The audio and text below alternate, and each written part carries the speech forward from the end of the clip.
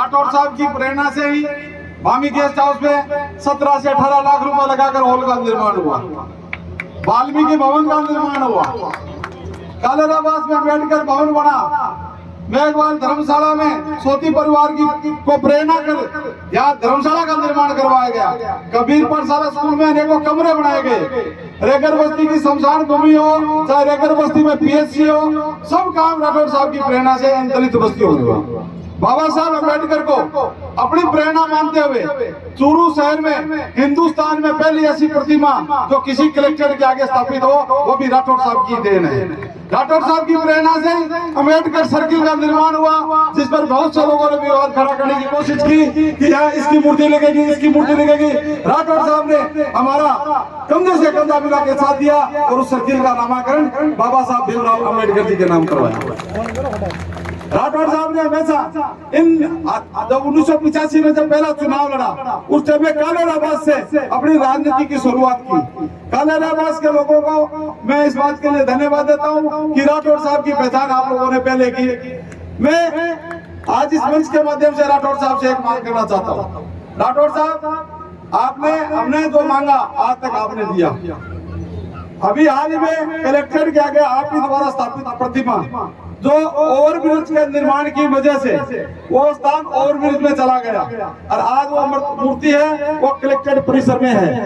मैं सभी SC ST के जो जितने भी सामाजिक संगठन हैं उनकी तरफ से आपसे मांग करता हूं कि वो मूर्ति या बाबा साहब अम्बेडकर का ऑडिटोरियम पार्क का निर्माण PWD रेस्ट हाउस की जो भूमि है वो आज के दिन किसी काम नहीं आ रही है। न कोई PWD का कोई ऑफिस चल रहा है, न कोई रेस्ट हाउस में कोई रुकता आके।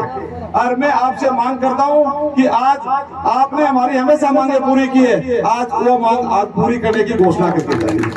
अगली 14 अप्रैल की जयंती बाबा साहब की आपके नेतृत्व में वही हम मनाना चाह रहे हैं। इस बात का आज आपको संकल्प लेके विधायक जी आपको दोनों को हमारे को वचन देके जाना है। दूसरा, कबीर जो गोपाल पाठशाला विद्यालय है, गोपाल पाठशाला विद्यालय 10वीं तक है, उसको हायर सेकेंडरी में कन्वर्ट करवाएं, जिससे हमारे बच्चे चूरू में 2-2, 3-3 किलोमीटर दूर जाके पढ़ने में मजबूर है, वो इस बस्ती में पढ़कर और आगे एजुकेशन ले सके।